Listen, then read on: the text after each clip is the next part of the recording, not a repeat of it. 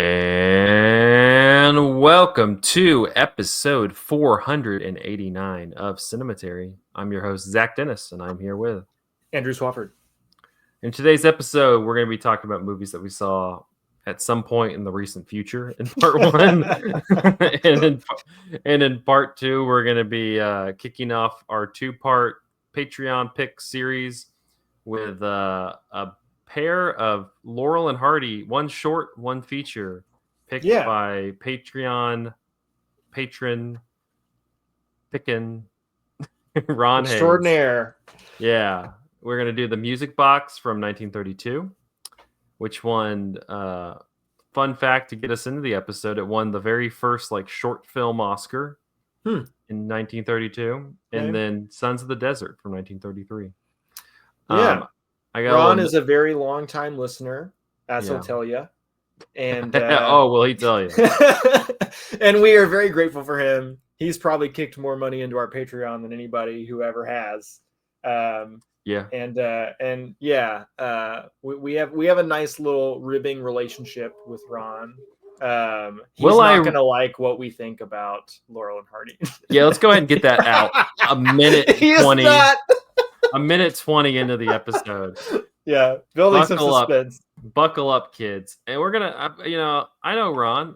I'm going to make fun of him a little bit. So, Ron, not only are we going to hate, we're not going to hate. He makes fun of us all the time. Yeah, he makes fun of us all the time. Well, one, I'm hoping, let me go ahead and put this to rest, Ron. Andrew's not going to complain about the feminist readings of Laurel and Hardy. I think he's going to get past that and just complain about stuff. I mean, there are feminist readings that one could make of Laurel and Hardy. We'll get there, but I think there's plenty of other things worth complaining about. Yeah, no. So I'll read. We'll start part two. I'll read Ron's note. That was a nice note. I appreciate that note. Yeah, but we're. This is why we don't get a lot of Patreon entries, because they're just they're gonna make fun of us the entire time. I have never made fun of someone who has written into us who is not Ron. That's fair. I think I could agree. I think I could claim to that as well. I mainly just make fun of Ron. It's a pastime. Anyway, let's do the movies that we saw in recent weeks. I'm not even gonna say this week. Yeah. In memory. Yeah, I mean, I'll be honest. In between the last episode and this one, the only movie I've really watched is Heat, which honestly is enough. And I was gonna go on this whole bit where I was just not gonna ever log anything else on Letterboxd again, and it was just Zach watched Heat and he's done. Yeah, movies are done. Then we got to this episode, and here we are. But one that I caught before in the pre-Heat days is A Real Pain. This is the latest. This is the latest. Pain. Let me tell you, we got those jokes locked in. This one is written and directed by Jesse Eisenberg. This is his second film, I think, that he's directed. Let me just double check. Yeah, this is the second film that he's directed. He also did When You Finish Saving the World with Julianne Moore and the kid from Stranger Things. I remember hearing good things about that. Yeah, but this one, Eisenberg stars in it as well. It stars him and Kieran Culkin, fresh off Succession. Mm-hmm. It also includes some small work from Jennifer Grey, which was nice to see. Always nice to see Jennifer Grey. Still hot. I don't know if it's a hot who Jennifer Grey is. Who's Jennifer Grey? Baby from Dirty Dancing. Oh, okay. She didn't get backed in the corner in this movie either. I don't know. She still looks good. That's my Jennifer Grey take for the movie. Yeah. But this one, you have two cousins, played by Eisenberg and Kieran Culkin, and they're recently their grandmother has died, and they both kind of had really close connections with their grandmother, especially the Kieran Culkin character Benji. He was very, very close with their grandmother, who immigrated from Poland to America during World War II. And so in this movie, she's just died, I think, a number of months ago. And I guess in her will, she's left a trip for them where they're going to go and kind of do. I think that's what they call it. It's like a heritage tour of Poland, and kind of they start in Warsaw and see like kind of do a touristy tour walk kind of thing of Warsaw. They go to other different little small cities, and then they end going to a concentration camp. And then the two cousins are going to peel off at the end of the trip and go to like the little town that she's from and visit her where she lived.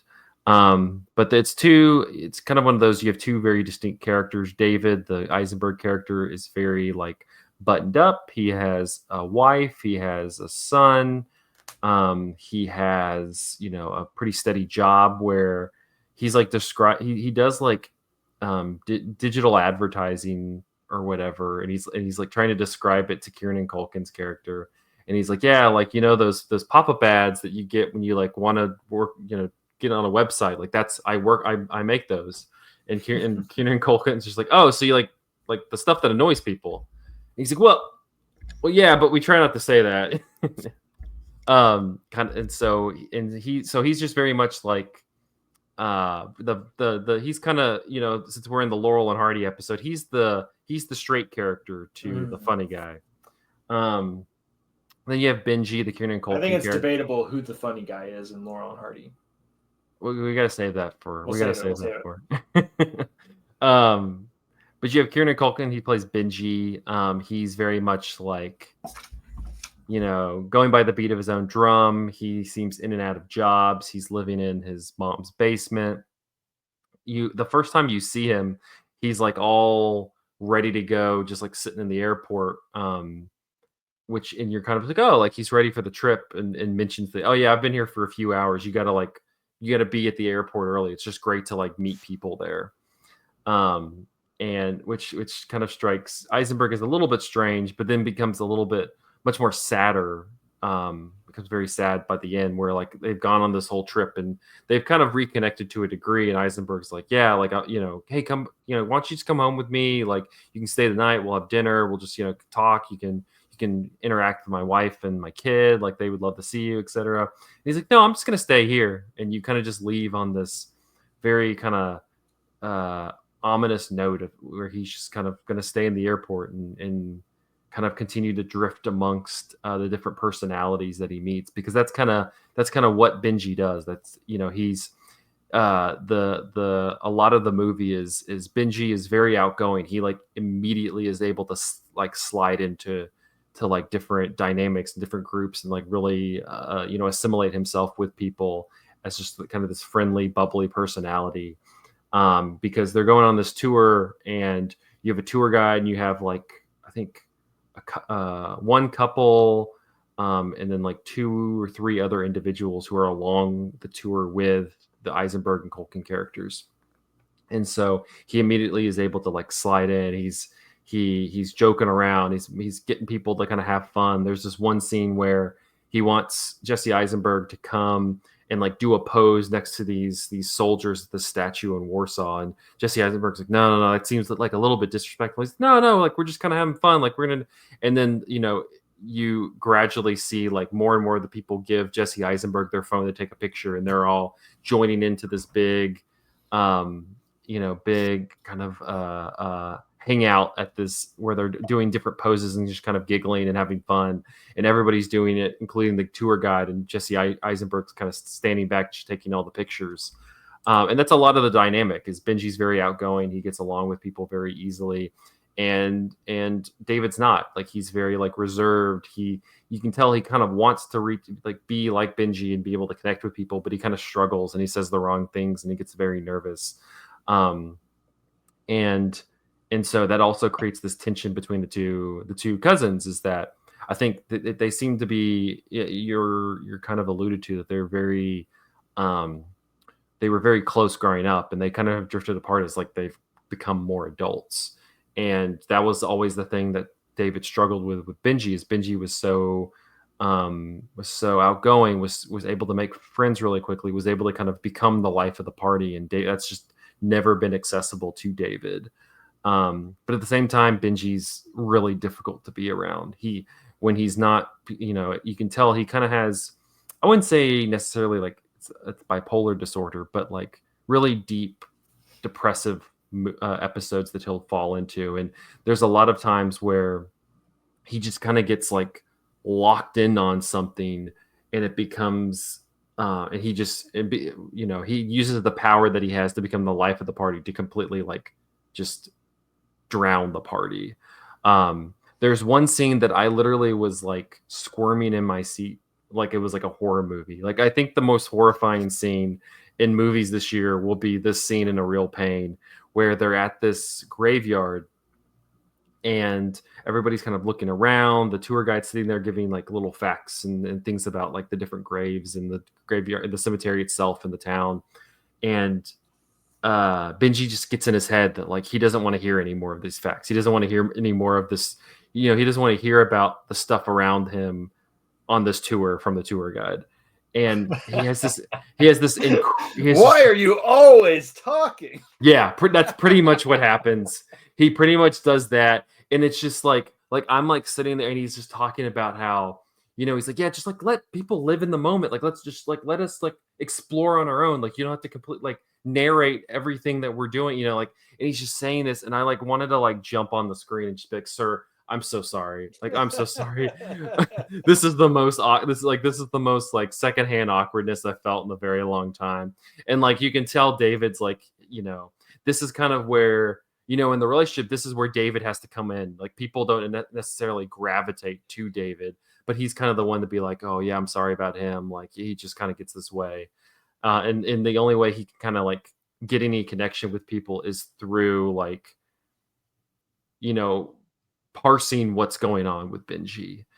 And yeah, overall I really liked it. I think it's very subtly directed, but I think Eisenberg does a really good job. The script's really sharp. This is even though Eisenberg's in the movie is owned by Kieran Culkin. Like to the point where like he probably will get nominated for an Oscar. I don't know, probably lead or whatever. He's really good. It's one of the better performances. He's a fantastic actor. I would love to see him in more stuff.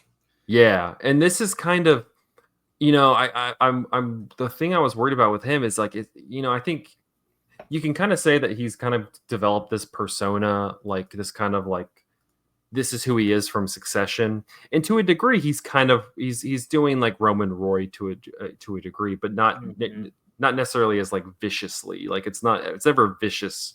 It's more just kind of, you can tell that there's just like a piece loose or a piece missing, with this performance. And he's always kind of had like that fast talking, like sarcastic, ironic personality. You think of like his performance in like Scott Pilgrim versus the World. Like he's very much doing that whole thing. In this one though, I think he's able to kind of wield that into a very like really sad character, but one that like you have these moments of like he's super fun, and you have these moments where you're just like he's awful.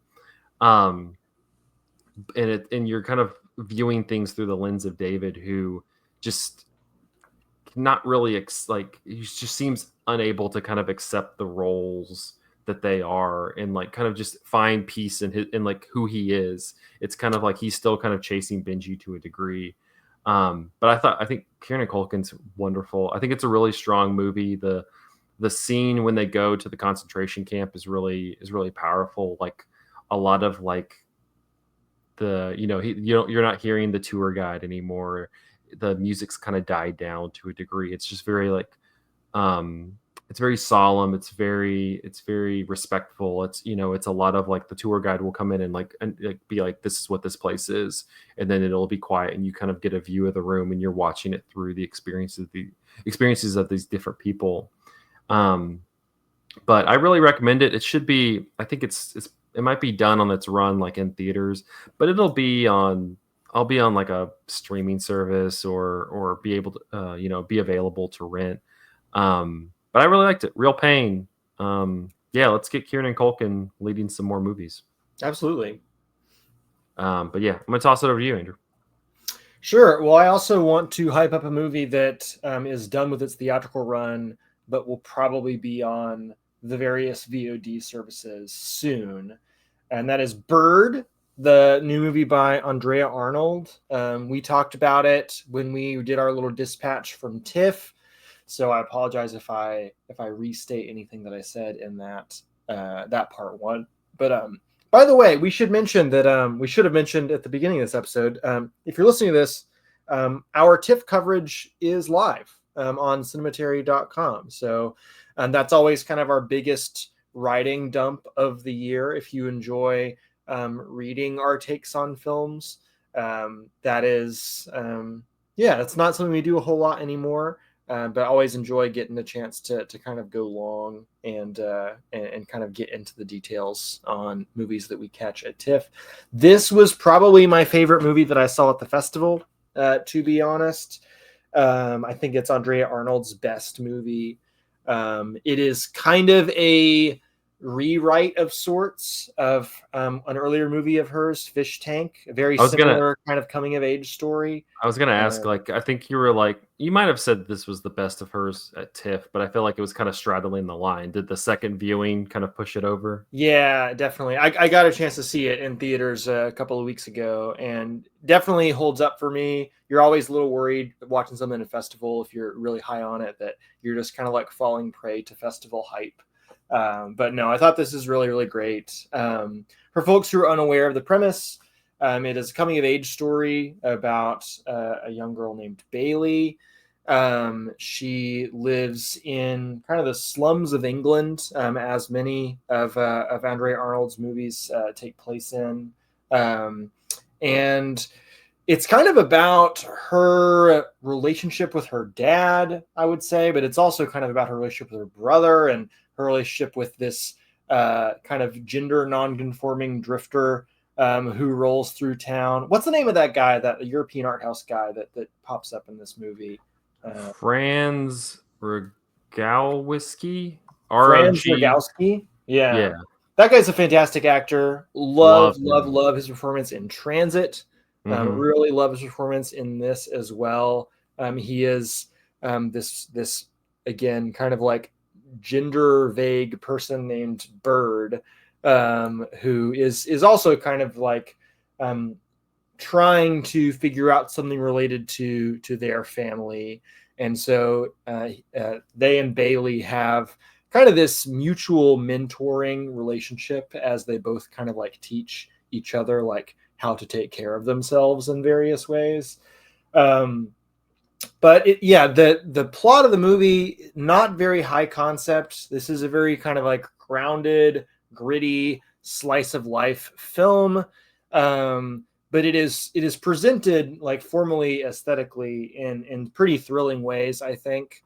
Visually, Andrea Arnold is kind of like going back and forth between like really shaky, really abrasive handheld camera work, and then at other times, these really serene moments of peace and montage. The protagonist of the movie, Bailey, is a little bit of a cinematographer herself. She just like takes little videos of serene moments in nature that she comes across and replays them, plugged up to her projector in her room, just kind of projecting onto the wall. She makes herself a little like tent of bed sheets and just kind of like tries to block out the rest of the world and rewatch these loops of, they might be butterflies, they might be birds, they might be some random person she came across. And so the movie has this really nice balance of like motion and like visual chaos. I've seen some people on Letterboxd take against it because they find the shaky cam to be distasteful, but I think that I don't know, we're maybe a little traumatized from the overuse of shaky cam around the days of like the first Hunger Games movie way back. That was just like a really popular thing for a little while, and I think that it can be done in an artistic way. It can be done in a way that kind of like adds to the work, and instead of just being like kind of a gimmick that people use. And I think Andrea Arnold uses it in a really great way here. The shaky camera is always feels like it is emphasizing something about the way the character is moving. or the particular brand of chaos in the scene that it happens to be capturing. But also, the like soundscape of this movie is incredible. I am very biased here because it is the first score by my favorite electronic artist, Burial. I'm wearing a Burial shirt right now. And it's a very sparse score. There's probably only a grand total of like 20 minutes of score in the whole movie. But it's kind of stitching together this larger like audio tapestry that Andrea Arnold has put together. There's just so much music in this movie, and it's all from these different genres and eras and styles. This is a movie where you listen at one point to almost the entirety of Cotton Eye Joe, and it like doesn't feel out of place in like the sonic world of this movie. And just a couple of scenes ago, you were listening to Coldplay's Yellow, and then you have all of these just absolutely gorgeous instrumental pieces by Burial, some of which are sampling things like wind chimes and church bells. Other times he's bringing in these like really panic-inducing like trap hi-hats, and he's always doing really incredible things with drones, with pads, with kind of this like slowed down, chopped up R&B that he's always playing with. And there's just really nothing like the sonic landscape that Burial creates. And I think that it is right at home here in Andrea Arnold's cinematic world, where, music is so important to characters. You see characters listen to songs in full, and you kind of like see the way they engage with the songs and kind of like connect communally with one another through like the shared experience of listening to the song. And it's just a movie that I feel like takes music very seriously, and kind of like sees it as a thing that enriches people's lives. As does cinema. There's the whole thing about Bailey watching loops of nature in her room, but she also uses cinematography as kind of a defense mechanism as well when she needs to like film somebody that she doesn't trust, or somebody that she needs to kind of take some sort of action against. That video evidence has like a practical purpose. So there's just there's a lot going on in this movie. There are other things that I could talk about too, especially regarding the family stuff and like the gender stuff that seems to be going on in the movie. Should also mention the great acting work by Barry Keoghan, who has just kind of like made a name for himself in the last decade or so, just finding new weird little guys to play. And in this movie, he's playing a guy named Bug, who is like an extremely irresponsible father, has kids all over town, and is covered head to toe in bug tattoos. And constantly jetting around town on his motor scooter. Yeah, he's always just like careening down some street in a motor scooter, blasting punk music. And also throughout a lot of this movie, attempting this hilarious get-rich-quick scheme in which he is trying to sell the slime off of a Colorado toad that is said to have like psychedelic properties. And it only slimes to sincere music. So that's why you listen to Coldplay's Yellow at one point. So yeah, fantastic movie. He's honestly really fun in that movie. He's not a great person, but he's very entertaining. Yeah, the movie, like your experience with that character can shift really wildly moment to moment, because when he is being a domineering dad, which he does at times, he's genuinely very scary. And partially that's just because Bailey is so young. She's so small. She's not exactly helpless. She's tough, but it's just it doesn't feel great to be in the shoes of a girl that small with a dad as like irrational and obnoxious to be around as her dad is. But he's also kind of a goober too, and she kind of like sees him as somewhat silly and eye rolly at times, and they have this interesting, multifaceted, nuanced relationship that can't be completely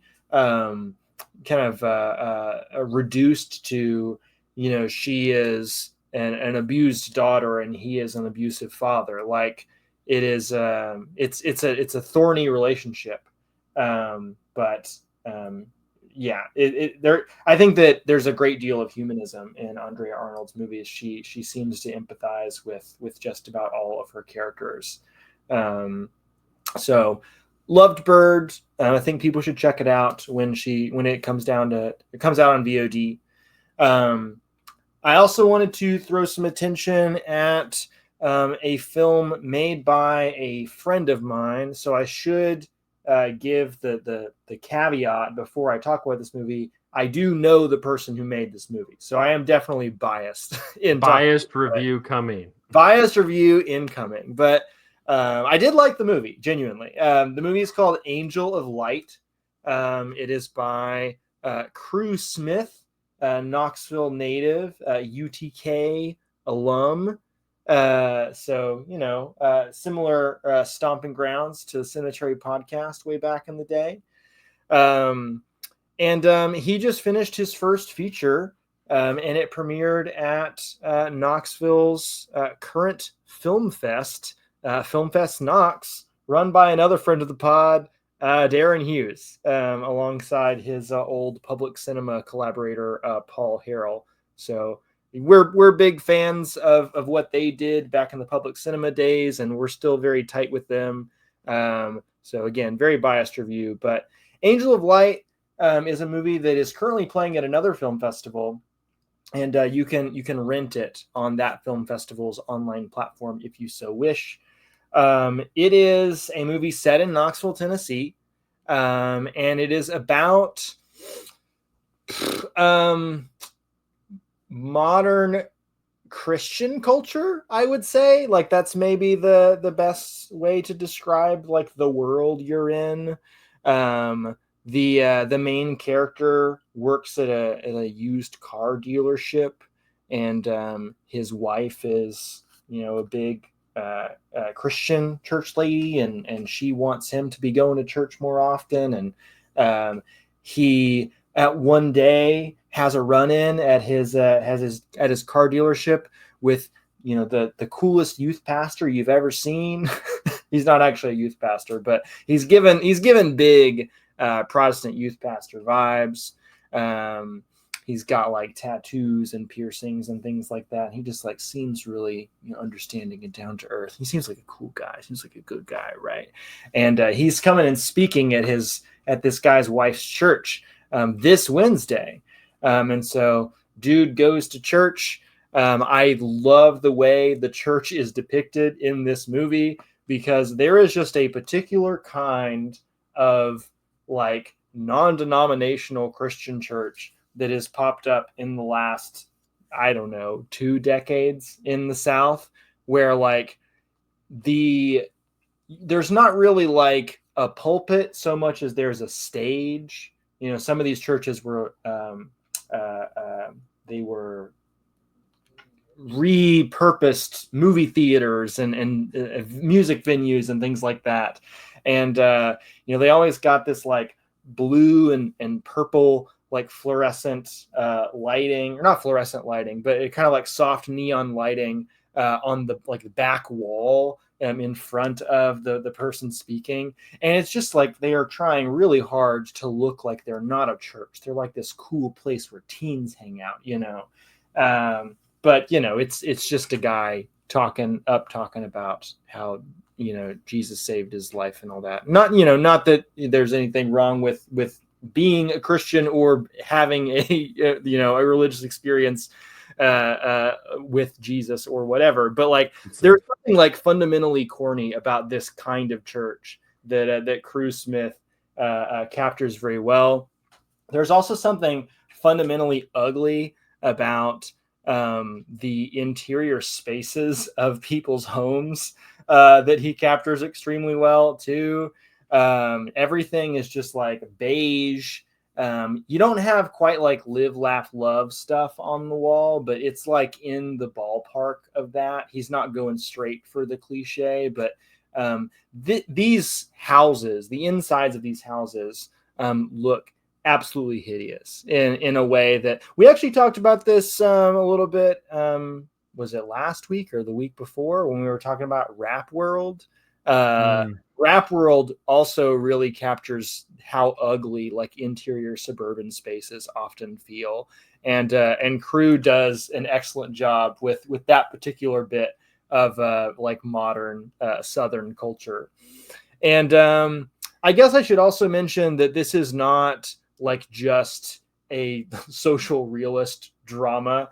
It is kind of a genre movie. Crew is both a big fan of kind of exploitative, schlocky genre films, in the same way that he's a fan of like Paul Schrader's transcendental style, and all the filmmakers that Paul Schrader was pulling from, like Carl Dreyer and Bresson and people like that. And Crew marries those things in a really interesting way. There's some, I'm not sure exactly how much to say because I think it is a movie that has some cool twists in it. But let's say there's some supernatural stuff going on in this movie. It takes religion and religious mythology somewhat seriously. Though Crew is also like doing a pulpy genre thing with it. So it's hard to say exactly how seriously he's taking some of it. But if you grew up raised religious in the South, I think that there will be parts of this movie that really resonate with you, that really feel true, whether that be emotionally or just like aesthetically. It's a movie that you're not going to be able to predict where it is going. There are lots of twists and turns along the way. Angel of Light. It is a good movie, in my opinion, but again, very biased. If you want to watch it, you can, one of two ways you can watch it. You could either look it up on Instagram. Crew has an account for the film called Angel of Light Film, all one word. And there's a link in their bio that will take you right to where you can rent it right now. You could also go to eventive.com, EVENTIVE, and search for Angel of Light, and it'll come up. I don't think this movie is going to be widely available for long. It is still on the festival circuit. He does not have a distributor for the film yet. So it is currently showing at a film festival that is kind of allowing people to rent it wherever. But I don't really know how long that window is going to be open. So it's $10 to rent the film. I hope you will do it because it's a cool movie. Definitely a side of Knoxville that you don't see on the big screen all that often. And hope the best for Crew. I hope this movie finds a distributor and more people get to see it. It was real good. Angel of Light. All right, sounds like a good one. Well, we'll take that and we'll jump into a break before we talk Laurel and Hardy in part 2. So stick around. And we are back with part 2 of episode 489 of Cinematary. In this part, we will be doing a Patreon pick for our friend Ron Hayes, 1932's The Music Box and 1933's Sons of the Desert. And let's read why Ron wants us to watch these films. Hello, Cinematarians. I had the good fortune to discover Cinematary in the spring of 2015 and have listened to every episode since. And yet, approaching your 500th episode, You have not seen fit to devote even a single one to the greatest comedy duo ever to glorify the silver screen. I refer, of course, to those masters of mirth, those gestures of genius, those saints of slapstick, Stan Laurel and Oliver Hardy. This outrageous omission must end immediately. Wow. And so the alliteration keeps coming. I know. It's really putting me on a struggle, I'll be honest. And so for my Patreon pick, I will request Sons of the Desert 1933, considered their finest feature, despite being only 68 minutes long, and supplement it with the 29-minute short, The Music Box, which won the Academy Award for Best Short Subject of 1932. Thank you. I will close now with the words of Kurt Vonnegut, another comic genius whose 1976 novel Slapstick is dedicated to Stan and Ollie, whom he called, quote, two angels of my youth. Because, quote, they never failed to bargain in good faith with their destinies and were screamingly funny and adorable on that account. Thank you, Ron. All right, so we're going to do the music box first. The music box is directed by James Parrott from a script by H.M. Walker. The film stars Stan Laurel and Oliver Hardy. Gravity, an impatient professor, and a sassy nursemaid hinder movers trying to deliver a player piano to an upstairs address. The music box, like Ron mentioned, the music box won the first Academy Award for Best Live Action Short Comedy in 1932. In 1997, it was selected for preservation in the National Film Registry by the Library of Congress as being culturally, historically, and aesthetically significant. The steps, 133 with multiple landings, which are the focal point of the music box, still exist in the Silver Lake district of Los Angeles near the Laurel and Hardy Park. These steps are the public staircase that connects Vendome Street at the base of the hill with Descanso Drive, the top of the hill. A plaque commemorating the film was set into one of the lower steps. Yeah, sorry for butchering my Los Angeles. I don't know Los Angeles roads. The steps can also be seen in the Charlie Chase silent comedy Isn't Life Terrible from 1925, during a scene in which Chase is trying to sell fountain pens to Fay Ray. Charlie Chase, who is also a co-star in Sons of the Desert. The steps are also used for a gag similar to Hats Off in the music box in Ice Cold Cocos in 1926, a Billy Bevan comedy short directed by Del Lord. I love these name drops in this. It's like oh yeah, Billy Bevan, Del Lord. Yeah. This movie's got Billy Bevan. Yeah, I feel like I'm reading something from Martin Short right now. The steps are also referenced in the Laurel and Hardy Love Affair, a short story by Ray Bradbury, as the meeting place of the couple in the story who call each other Ollie and Stan, in homage to the comedic duo. The film is a partial remake of their lost silent short, Hats Off, from 1927, directed by Hale Yates, which utilized a washing machine instead of a piano and was filmed at the same location and is today considered a lost film. Hats Off was itself remade by Edgar Kennedy in 1945 as It's Your Move, again directed by Yates, by utilizing a different staircase although located in the same vicinity where the music box steps are in Silver Lake. Man, they just were like, this concept's gold. Everybody wants to know about these steps. These steps. I can't stop talking about them.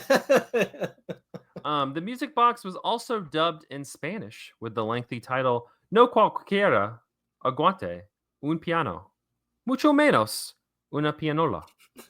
The English translation being, not anyone can load a piano, let alone a pianola.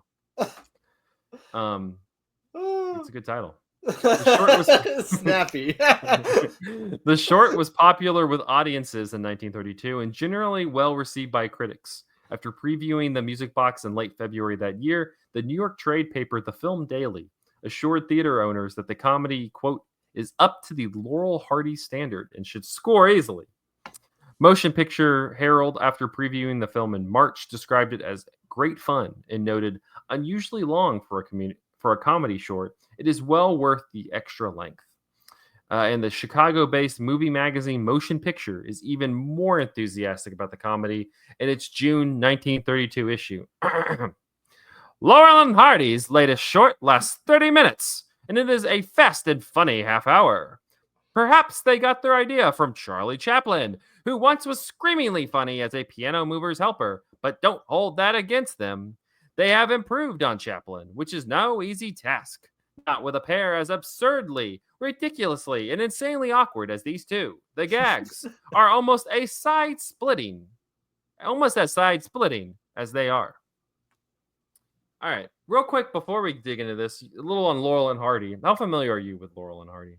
Not very. I looked on Letterboxd to see if I had seen anything by them, and I had seen one short of them as a duo and one short of just Laurel. He was doing like a Dr. Jekyll and Mr. Hyde riff or something. But my memory of both of those shorts is basically nothing, which tells me that they weren't very memorable. But I don't know that much about them as performers. I know they're like vaudeville guys, right? Well, so in my research today, aka looking at their Wikipedia page,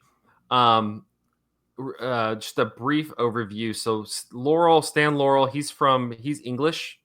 He came to England. He came in 1909. He was employed by the same comedy group, or the comedy guy Fred Carno, who employed Charlie Chaplin, and Stan Laurel was actually Chaplin's understudy. Oh, and in 1912, he came, that troupe came to tour the United States, and Laurel was with Chaplin on that. So Chaplin and Laurel got to America at the same time. And pretty much Hardy's a similar story. Like he was getting into stuff. He did different like films and shorts and things like that. But prior to being part of the comedy duo, he was just kind of, a little like a Chaplin imitator, or, like kind of just like that quirky dude on the side type thing. It was, he didn't really stand out as much. Then Oliver Hardy, he was born in Harlem, Georgia, Harlem, Georgia, up there near Augusta. And he was a stage singer. He worked in a movie house in Milledgeville, Georgia. So noted Milledgeville people are Flannery O'Connor and Oliver Hardy. And he went by the nicknames Ollie and Babe. And I like I feel like Oliver Hardy could be a character in a Flannery O'Connor story. 100%. or Babe Hardy, which is how he went. And he got the nickname Babe by an Italian barber in Jacksonville, Florida, who would rub his face with talcum powder and say, "That's a nice baby," which I don't think is true. Which I don't think is true, but I just like that was in that was like, this is part of his. Did he do it with an Italian accent? Do we know that? Italian barber. I don't know. That's a nice baby. Yeah, whatever. Man, well, we had our resident Italian Grace Winburn to weigh in on whether or not that's racist. It's Italians. But so he kind of came up doing stuff in Jacksonville. He was like in the Florida scene, the Florida film industry scene for a long time, and then that fell apart. And the renowned Florida film scene. Yeah, it falls apart again in like the early 2010s as well. But they moved to California. It's kind of the same thing. Like he's doing like shorts and things like that, and then they get connected through Hal Roach, who found them, and it's kind of like the rest is history. They give this whole I was in the Wikipedia. They gave this whole thing about how like something with a leg of lamb. I don't know. It didn't seem like a very interesting origin story. I want to also mainly the other thing I want to read is different names for the comedy duo around the world. In Poland, it's Flippy Flap. Flippy Flap. Flap and Flap. Flip and Flap. Flip and Flap. In Italy, in A Nice Baby, that one. Yeah. Stanlio e Olio. Okay. I like that. Okay. I like that one. Has a nice ring to it. Yeah. Absolute favorite. I can't. I think this is actually. I take this back. Number 3. This is my number 3 favorite. Oh, okay. I can't pronounce it. It's in like Indian, and right now I'm just seeing like the script of it. I don't see like what that text would be pronounced as, but it translates to Fatso and the Crybaby. Really? Okay. I like that one. Accurate, I guess. I guess so. In Thailand, their name for them translates to the clumsy, fat, and thin. Which, okay. Yeah. And then number 1 is Germany, or Dickundorf, which means fat and dumb. But it's less that it's fat and dumb, but I like just Dickundorf. I was gonna ask, like, what's your read on what the bit is? Like, what's Hardy's bit and what's Laurel's bit? And my thought was that Laurel is dumb and Hardy is an asshole. But I guess Laurel being dumb and Hardy being fat is, comedy gold right there. I mean, have it yeah, I mean that was the you roll it and shoot it out. Like that's how you did them. I messaged you before this and I was like, this is real. Why yada. Yeah, like this is peak. Anyway, music box. Yeah, I like this. I like this the best out of the two. It's mainly because it's pretty simple. Sons of the Desert kind of it's not simple, but it also just kind of has it has moving parts in it. Where this one's very like cut and dry. This one they gotta move a piano to the top of a tall staircase. Before we like start taking some shots at them, I do have to commend. There's a couple good gags in this. There are good gags. I like the gag where they get to the top and they've like worked so hard and they're like, oh my, like they finally get to the top and then the mailman walks by and is like, what, did y'all just carry that up the stairs? Like you could take this like back driveway and they just carry it back down and they just carry it back down and then ride it. I'm like, I like that. That's funny. There's a bit where like the piano falls down the stairs and Hardy's hanging onto it and it's a dummy. I love anything with a dummy. Like I was less into that one. I love a good dummy. It reminds me of like Arrested Development where they'll throw like a dummy in something. I love that shit. Yeah. You have a dummy in it. It's great. I liked a lot of the things happening around Laurel and Hardy in this one. Like I thought many of the side characters were far funnier than they were. Like, I was gonna say Billy Gilbert plays the professor, and he plays Joe Pettibone in His Girl Friday. The guy they're constantly. The kind of guy who they're like Cary Grant's trying to constantly convince. And he's like, oh, well, I don't know. Like he's back. When he's introduced, he like reads off his name, which is like a comically long name. But then he has so many like honorifics and like degrees and things attached to the end of it that it becomes hysterical. And I also really like when they're fighting over the player piano at the end and it starts playing the national anthem. Laurel and Hardy salute, and then he salutes too, not recognizing what he's doing. That was funny.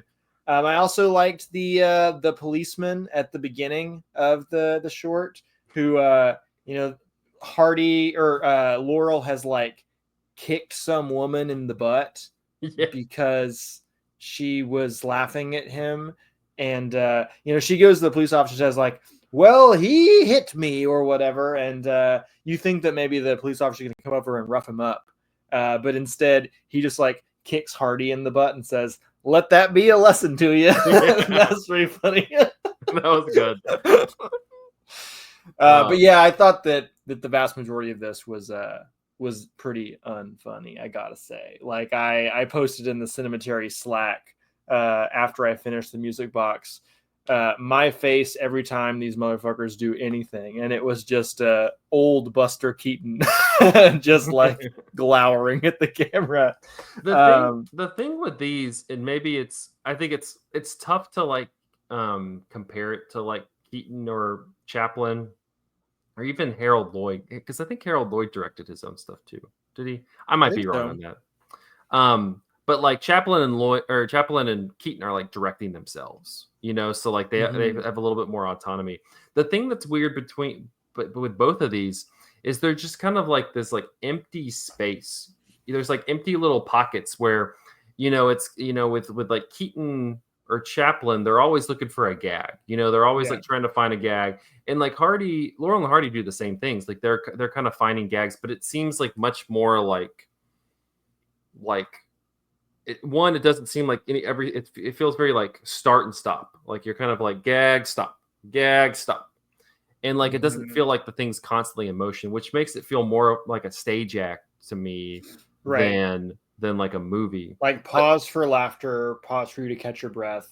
Yeah, I get that that's part of it. Like, but I mean, you constantly have Hardy like doing like well, that guy, that Oh kind of my thing gosh. is I got an example of that in Sons of the Desert that killed me in a bad um, way. We'll get to it. but in both movies, like I think it's just more the directing. Like it just kind of has like these like breaks where you're just like stop breaking, like just like keep the momentum going. And like to me, that's kind of what stifled it to me. It was just kind of like whenever it got good momentum going, I'm like this is great, but it like never carried that over. It kind of just like it almost like stopped the machine and then started it back up again. And it kind of was just like after like 15 minutes of that, you're like, this is exhausting. I'm tired. I'm tired of this. I could tell they were trying to stretch some of the gags out and also kind of show off the fact that they were actually doing the physical stunts by not really playing a lot with editing.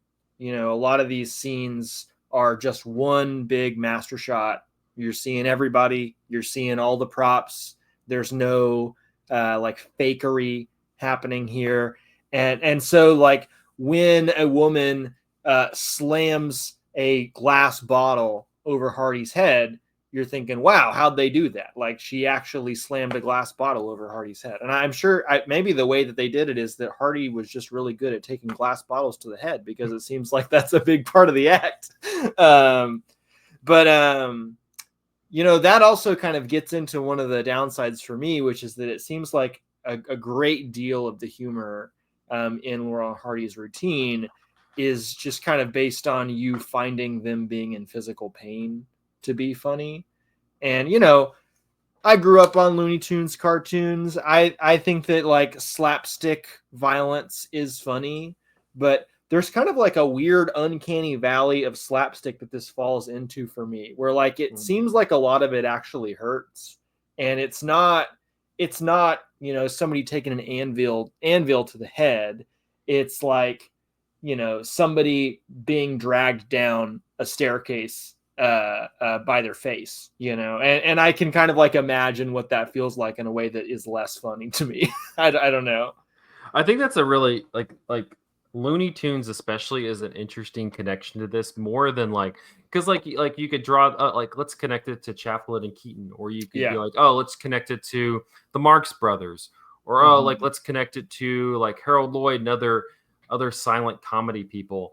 But that's kind of tough. And so like I think Looney Tunes kind of is like the best comparison to it, because Looney Tunes is very much setting up bits similar to like what they're doing. But then you have to your point, like you have the advantage of Looney Tunes where it's like it's an animated. It's an it doesn't take program. place in the real world. Yeah. It can bend whatever rules it wants. Yeah. And so like when an anvil falls on Wile E. Coyote, it doesn't hit you as hard as like when in Sons of the Desert when just the Hardy's wife is just like unloading every plate imaginable at him, and all he has is a pot on his head. Yeah. And I do think that it is worth comparing them to the Silent Clowns, Chaplin and Keaton. And I like, for me, it feels like the main difference is that those characters have a sort of endearing patheticness to them, right? Like you kind of go like, "Aw," like when Chaplin trips over himself for one reason or another.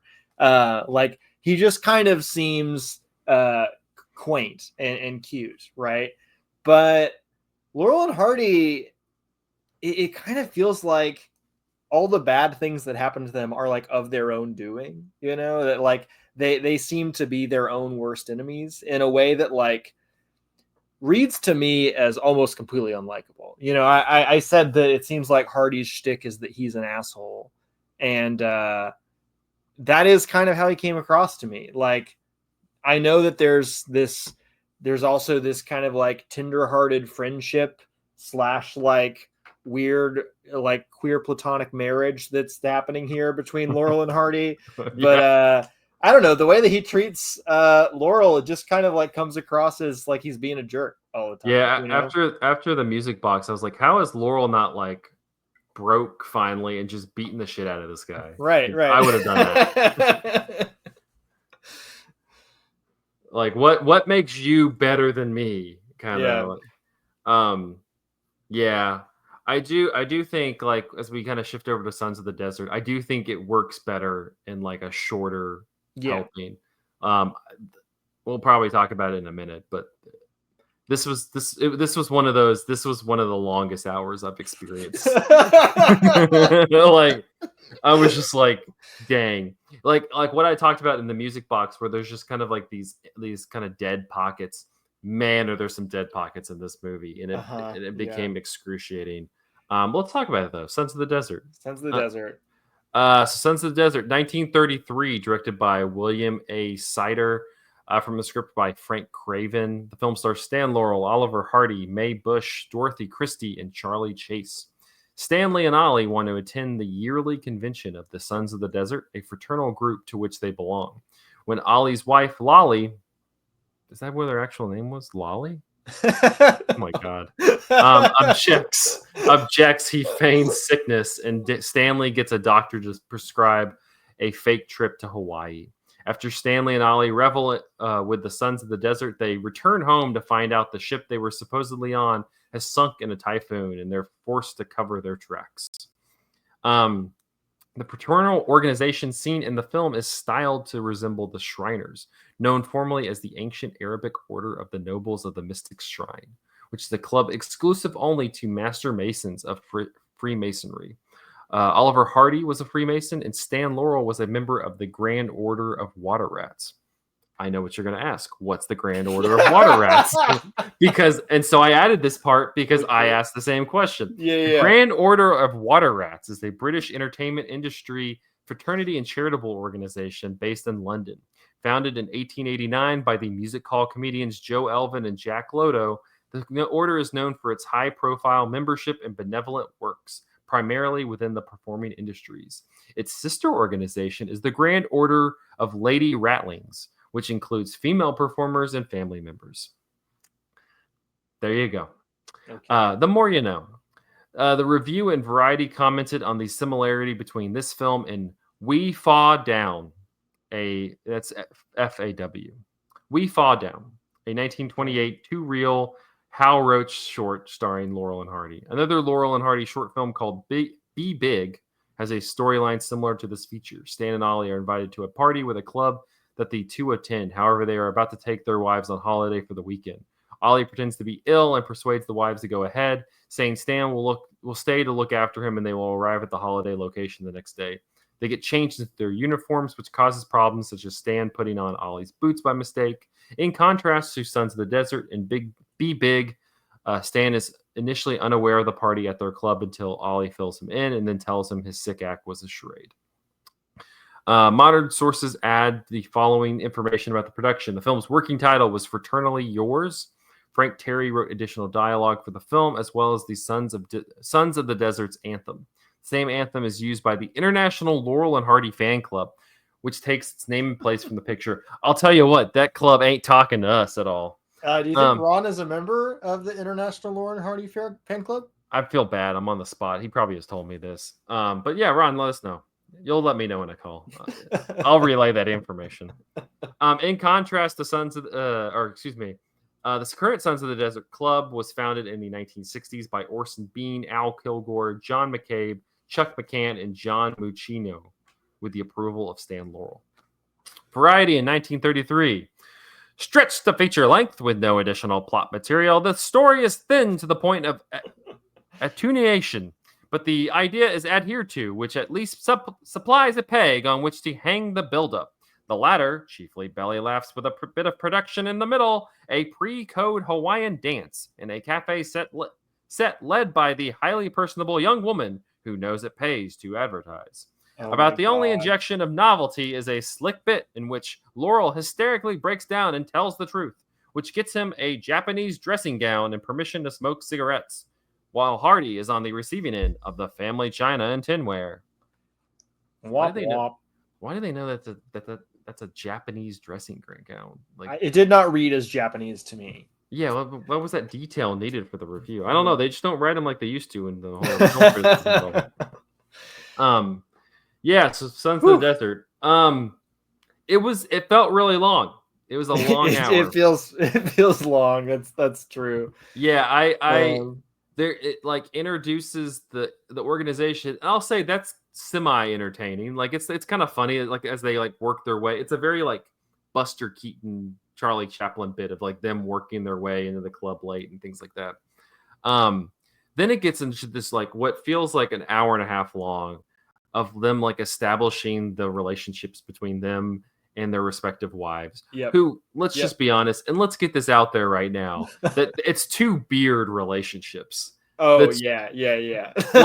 like there's no like marriage here. It's common law.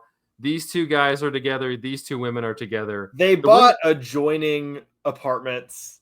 Yeah, like come on. What they want to do more than anything is to get away from their wives so they can spend time together. Yeah, that Hardy can pretend to be mad at Laurel all the time. But yeah, really, let's just be happy for these proud kings of Pride Month. Congrats to Laurel and Hardy. I think you get an invite in. But yep, that part is so long. It's such a long section. I don't know why we spent so much time establishing this and like getting the fake. Like I was like, you could have. We got to set up that they want to go to Chicago, but the wife wants them to go to the mountains, but they think that they have to lie and say they got to go to Honolulu, and we don't need all this. No, it was too long. Like you could have. It's very much like the essence of like this could have been an email. Like you could have you could have put this together in like 10 minutes and we've been like cool. Like we understand the setup now. Like we get it. And also like so much of the humor does just boil down to like women, am I right? Like I don't want to make this all about the feminist reading of Laurel and Hardy, but like it's kind of unmistakably sexist, right? Like the women in these movies are just like nags, right? Who like control their husbands' lives. And I don't know why they try to do that either. It's just like you two seem so happy with each other. One shooting guns, the other I don't really know what her quality or what her character is, but like she throws plates. Yeah, just like you go and do that stuff. Like go, what? Be like you can do whatever the hell you want, y'all. Like we're not here for you anyway. Yeah. This is a Pride movie. I suppose. I'm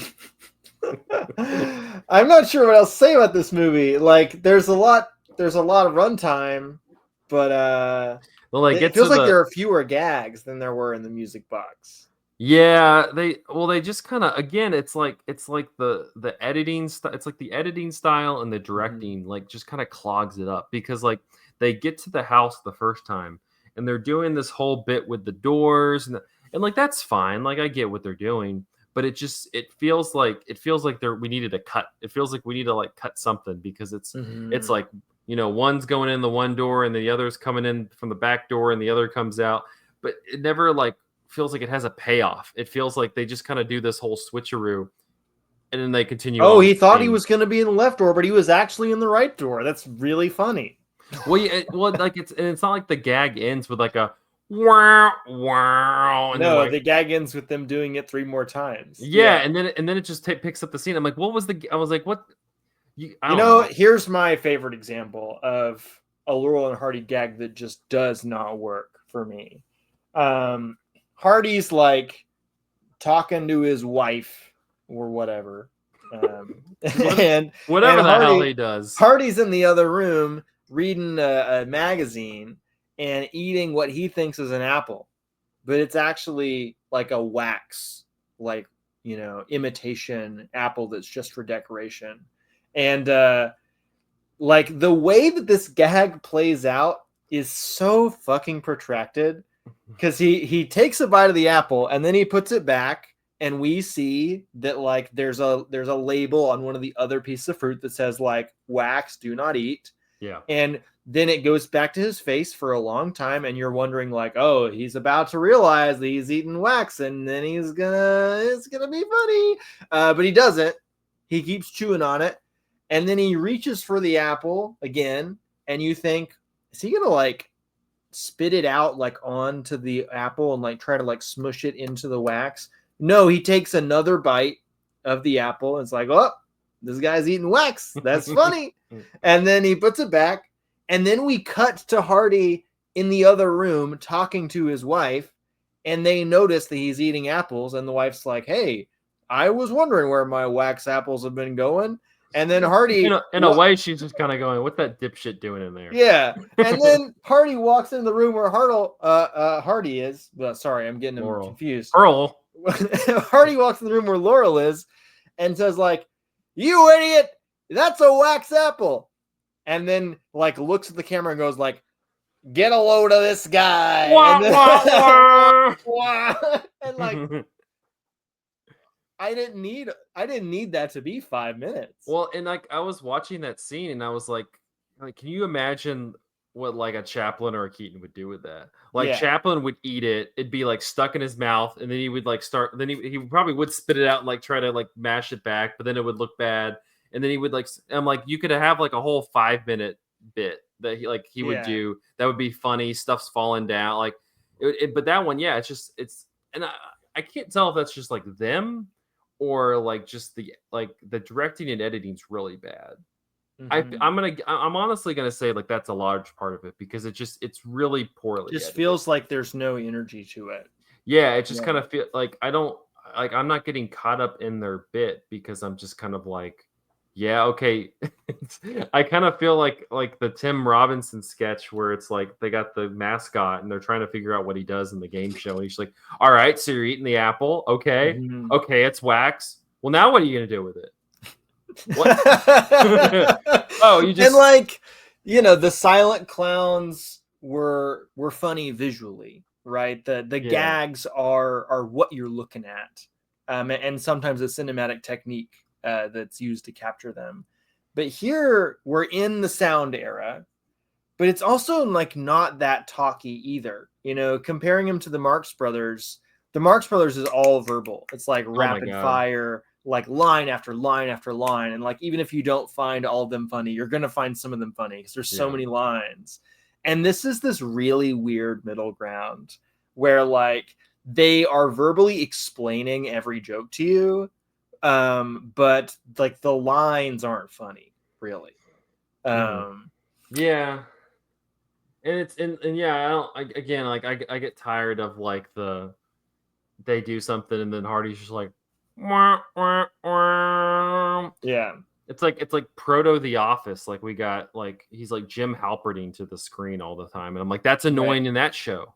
That's annoying in that show. After a while, it's annoying here, because you know what? And this is it. You know what annoyed me about it is I'm like, because you know what? You're not better than this other guy. Laurel's fine. Yeah. Honestly, I like Laurel better. I like him more too. And you're being a real jerk about it. And like, be nice to this guy. Yeah. So which one do you think? Are they supposed to both be funny, or is one playing the straight man to the other's comedic brilliance? I think Hardy's supposed to be Hardy's the straight man, and Laurel's kind of the one who's like messing up, that he's just like, nah. Yeah, I guess that makes more sense than thinking of Laurel as the straight man, because so much of the humor is also just like Hardy's big performance. I'm not talking about the size of his body, but like the size of his like gesticulations and movements and falls and things like that. Yeah. But yeah, I mean, I think that when I'm laughing at them, it is usually Laurel. I like the gag of like him following his wife outside and like leaving his hat inside and then like having to go back around and get the hat, and like then he turns around and he has shut the door on himself. Like that was kind of funny. Well, like when he gets going, he gets like a bit that's like kind of has some energy to it. Like he kind of taps into that very like vaudeville. Like you can tell that he was like working in the same circles as Chaplin, where it's just kind of like he's got different pieces flowing and he's doing bits, and they're pretty funny. But yeah, I don't got anything for Hardy. He seems like a jerk, and they should have one short that's just like Laurel beats the shit out of Hardy.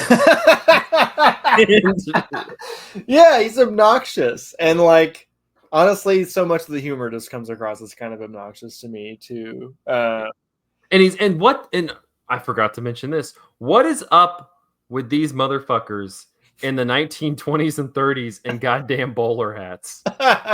Like they love them. They love everybody's got bowler hats. A couple of them have to put a little toothbrush, what is it? A little mustache thing right there that gets taken away very quickly in the early 1940s. Mm-hmm. And wonder what happened to that. Yeah, but it's just like I was like, how many goddamn comedians do we have to have that have a little toothbrush mustache or a bowler hat? Like I'm just like this is peak comedy. It feels like they're inviting the comparison that does not really benefit them all that much, right? No, because I'm just kind of like Hardy. Yeah, you look like Chaplin. You look like if Groucho wore a hat, because you all have kind of similar mustaches. I like those two guys better than you. I went on a deep dive after learning who directed Sons of the Desert and realized he directed 5 years later a Marx Brothers movie, and I wanted to watch that movie instead. Yeah, absolutely. What do you make of the actual Shriner sections of this? I know we already talked about the moment at the beginning where they're like slowly inching past or like pushing past everybody to get to the front row. Yeah. For me, maybe the most obnoxious stretch of the movie was when they're actually at the convention in Chicago. That part's insufferable. You got the guy and he has the little the little flower thing. He's got the flower on his lapel that squirts people with water. Yeah, I don't like. Was that a new fresh joke? I was just like, God whatever damn it. year this movie came out. I was like, this is just like being with your weird uncle when you're like 6 years old at a family function. He's just like who like tells you to pull his finger and he farts. Like I was like, God damn it, this is awful. I've also like always wondered like what's the deal with the Shriners, right? Like I don't want to do the thing that like everybody does in 2024 where like I get kind of a weird vibe, so there got to be pedophiles, but my main exposure to them is like there's this Shriner temple in Knoxville with a statue of like an old man holding a young boy enshrined in gold. But like the way this movie depicts it, like it is literally just like the cringiest frat you've ever seen, right? Yeah. It's just like old men in a frat, like spanking each other with wooden planks. Yeah, it's this is one side of Freemasonry that we're seeing. You can also see, Robert De Niro's character in Killers of the Flower Moon is a Freemason, so you have that going on as well. Okay. Similar spanking though. There's a theme. There's a theme. But yeah, I don't know. I just Charlie is it Charlie Chase? Charlie Chase plays that. That's his role. He's the guy from Texas who's just like bang bang, like doing that kind of stuff. I'm gonna call my sister and have a weird voice. That bit was kind of funny. But when you find out who it is, but again, like it didn't really play. Like I felt like they could have done more with that, where he calls his sister and it's actually Hardy's wife. I felt like you could have done more with that. Yeah, that's a funny idea. It's a funny idea. I'm like, all right, like you got all right. So I'm just sitting there the entire time. I'm like, all right, so it's his wife. Workshop this. Come on. It's his. Yeah. Okay, you're just gonna talk to her. Okay. Well, how's this gonna end? Oh, you're gonna hang up. Okay. We're gonna go back home and never talk about this. Okay. All right. Okay. Also, like in that section, they keep trying to make jokes at one another, and they all laugh at their own jokes. And I can't tell, like, is the joke that I'm supposed to be laughing at that these guys think they're so funny? Because I genuinely cannot tell. I don't know. I guess. Because like these jokes are not that different from the jokes in the rest of the movie. Yeah, is this like making fun of the Shriners? It couldn't be making fun of the Shriners because what's his face was a Freemason, so like he likes the Shriners. I mean, the other guy was a water rat, so that's kind of funny. Yeah, I don't know. It wouldn't be making it's just it's confusing. I don't like that section either. The only good sections to me are like the kind of beginning until they start getting into like the whole plot. You like the first gag of the movie. Yeah, I like the first gag. Because immediately after that, they move into a discussion of like the importance of being the boss of your wife. Yeah, and that's kind of like the crux of the movie from that point on. But they talk about that, and it's the setup to the payoff of like he gets home and he completely is like submissive to his wife. Yeah. So I get that. It didn't totally land with me, but I understood what that was doing. Yeah. I also, and then I liked the part. I like the like near the end when they're like trying to hide. Though again, it's just like so wonkily edited, like between them hiding above and like the women below and like the storm, and then there's a cop, all that kind of stuff. And like you have the whole thing where like Laurel slides down the pole into the water, and you're like, oh, and like so you're like, all right, what's Hardy gonna do? And he like slides and he goes, spread your legs. And he goes, psh. And he's just like, why did you tell me to spread my legs? You get your feet wet. Yeah. Also, the cop disappears when they walk into the house. Like, we never hear from that guy again. He's like, well, I guess I'll carry along. It's a ringing endorsement for law enforcement between these two movies. Yeah. They're just really harmless. Yeah. So, I don't know. I didn't hate either of them. I didn't particularly like either of them. They made me want to watch the Marx Brothers and Looney Tunes. Yeah. And I feel like that's fine. Like it's all in the same bucket. Yeah, but I just feel like it's it kind of makes sense to me that when people talk about classics, like early film comedy or like classic slapstick, I don't really hear people talking about Laurel and Hardy all that much these days. Like it seems like they are the people you come across after you've already watched the Chaplin movies and the Keaton movies and the Harold Lloyd movies and the Marx Brothers movies. Like then you hit Laurel and Hardy, and it kind of pales in comparison, in my opinion. Yeah, I think they probably get that. They were super prevalent on like early TV and radio and stuff like that because like they had like you could play the shorts and things like that. I think they probably had a little bit more like rep runs like around the time when Hardy dies and when Laurel dies and things like that. So that's like late. Mm-hmm. It's like mid 50s and then like mid 60s, that kind of stuff. But yeah, I don't think the characters, to what we've talked about, I don't think the characters nearly like. I don't really have a personal connection with them. They don't really, like the first person Chaplin was the first one I like kind of locked in on. Yeah. And there's I think to the point you made earlier, like there's like this, they're kind of just pathetic, but like but there's like this kind of sweetness to them. Like they're never trying to be like vicious towards anybody. It's just kind of like, yeah, they just do silly stuff. They're kind of goofballs. Yeah. And like this one, yeah, it's just kind of, I think it becomes a little bit more like, because of the nature of the relationship between the two of them and like the nature of like the different bits that they're doing, it just kind of has like this, not necessarily edge, but just kind of this like this more physical nature than what Chaplin and Keaton are doing, even though that's pretty physical, or like the lines, the quick lines of like a Marx Brothers movie. Mm-hmm. It's just kind of, to me, it falls between the two of them, and it just kind of, it doesn't have, I think to sum it up is it doesn't feel very like cinematic to me. Like I don't feel like it's a very cinematic thing. It strikes me more as like a television thing.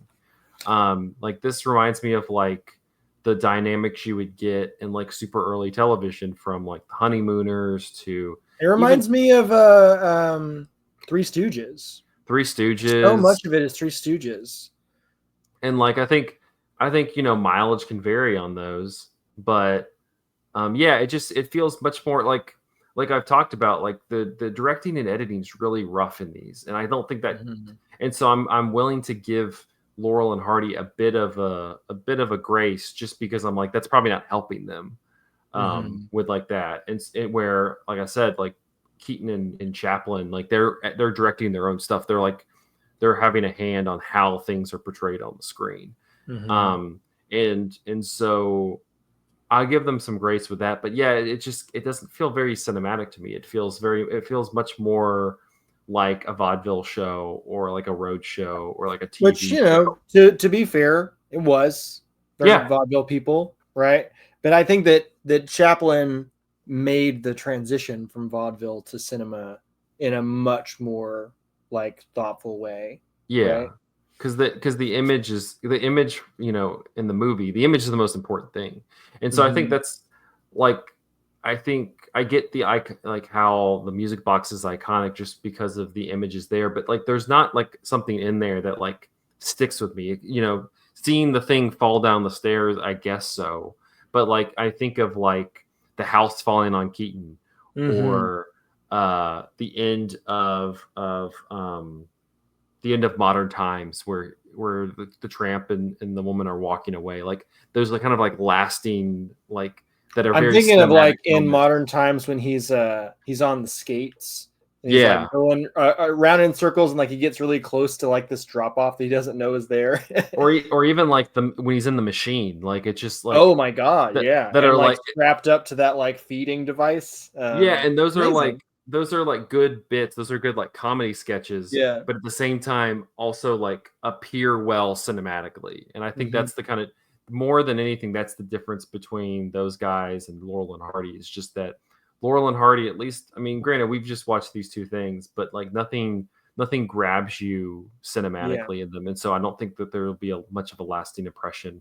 And so that's why, to your point, the original question, like that's why I don't think that they nearly catch on with like people our age or around that, that around that time, because like I think especially in like cinephile circles, there's still people who will watch like and engage with like silent comedies and things like this, but I think it needs to like also be cinematic. It needs to kind of leave that impression there, and I don't think this has anything like that.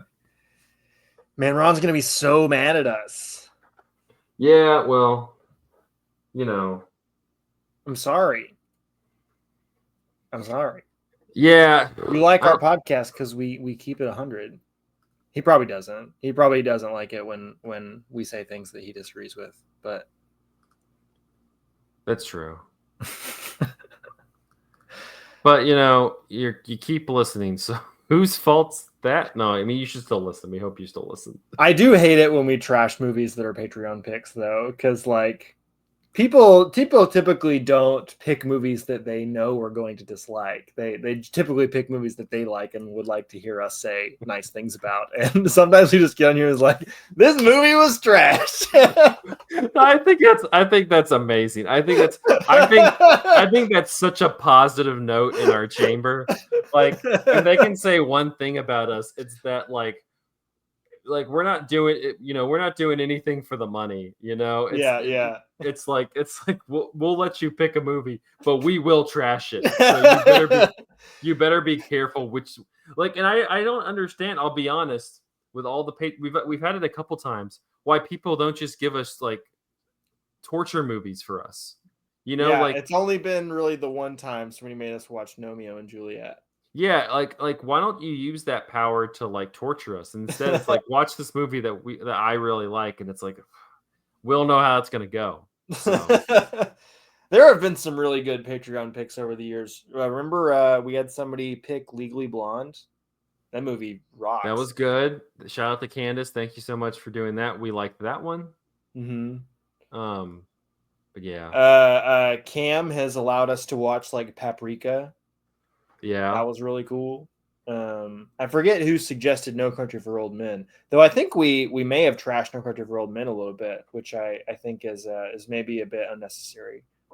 Yeah. But at the same time, shout out to the Core. I had a hell of a fun time with the Core. Oh yeah. Also, Air Force One was a Patreon. And Air Force One.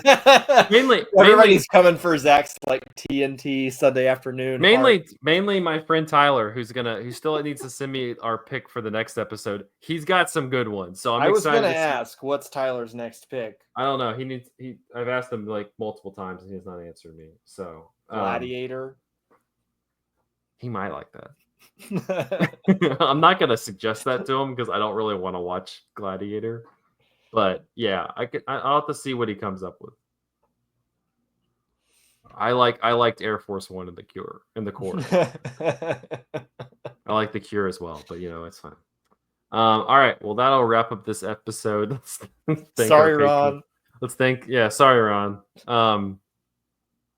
It is what it is. You can follow us on Instagram at handle @Cinematary and on letterboxd.com/Cinematary, where we list all the movies that we talked about in this episode. Shout out to our patrons who have a complicated relationship with us, I guess. Cam, Ron Hayes, shout out. I'm looking at it right now. Lifetime. He's given us over $500.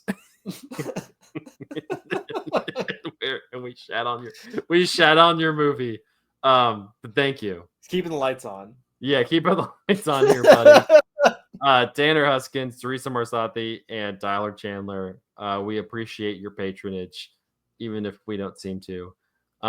Next week we'll see what Tyler comes up with. It'll be a nice I like the Patreon picks as secret, what the hell is this going to be? But we'll have another Patreon pick episode from Tyler, and then we'll end the year with we'll begin the next year. We'll have a best of 2024 episode. So always a fun episode. Thank God. Also, go check out cinematary.com. We got TIFF coverage up there. Lots of movies, lots of reviews. Go check it out. Lots of good stuff on the old thing. On the old thing. The old thing. Yeah. Until then, thanks y'all for listening. We'll see you next time. Bye.